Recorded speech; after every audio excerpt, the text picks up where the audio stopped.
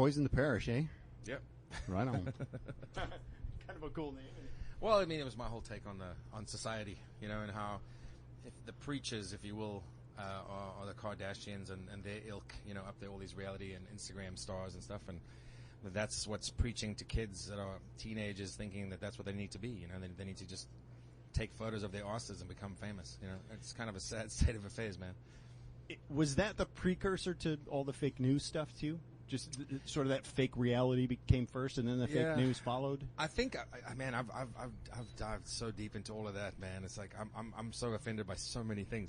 I think certainly that the whole world, I mean, people believe that stuff's real to begin with. So where's the line been drawn for many years now? I mean, since I've moved to the States 15 years ago, reality TV was a big thing, and it only got bigger.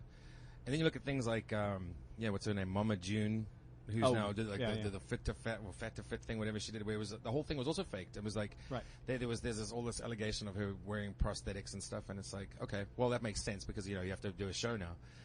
You have to cash in on this drama. And it's all so real.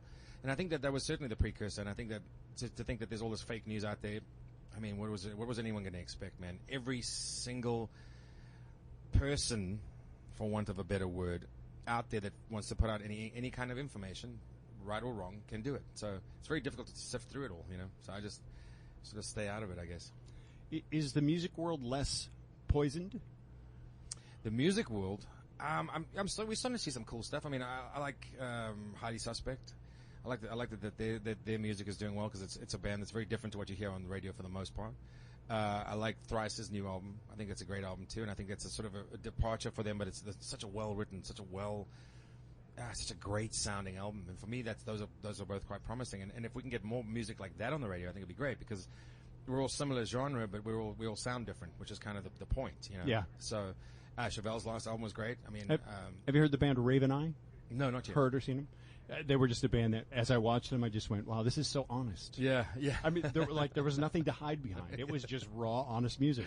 So that's what we need. We need more stuff where your music is more important than your hair, you know, and your makeup and your right. And there's nothing wrong with that. I mean, certainly there are bands that do that, and that's fine. But there's like, I mean, you know, I like a lot of those bands.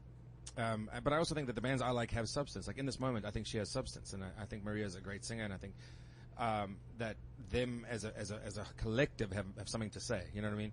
There's other bands out there that I won't even get into where I'm like, okay, you know, you guys spent 2 hours doing your hair, and you get up on stage, you don't even play. You know, you get up there and you pretend to play, which is also great. So yeah, I mean, it's just I don't know. It's a sad state of affairs. There needs to be more honesty and there needs to be more integrity, I think, you know. It's why I've always been sort of anti the pop world. Yes. Because it's so polished. So, well, it's polished, but you know, it's really sad when you start listening to some of that stuff, and that some of those lyrics have more gravitas than like, you know, how many songs can you sing about sexual encounters or VIP rooms at a strip club before you go, oh man, can we hear something else? You know, right?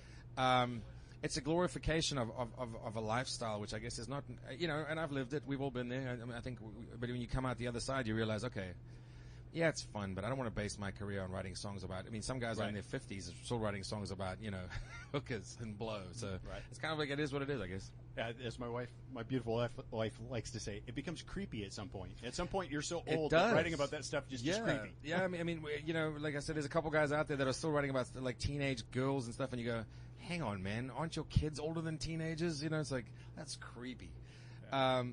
Yeah, but I mean, you know, it's just, I guess some bands that's their shtick. You know, it's like a lot of the LA bands like to do that kind of stuff, and it works for LA, I guess. That's just not my thing. So yeah, how did the Clint thing come about?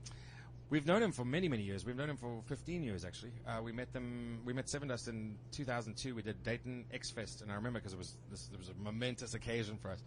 And we all ended up sitting around outside in a big circle afterwards, and it was like we were playing guitars, and there was a fire pit, and it was just really cool. And we got to know them really well over the years. And then we did a tour when Clint was in Dark New Day, and it was us, Dark New Day, and Crossfade, and that was one of my favorite tours of all time.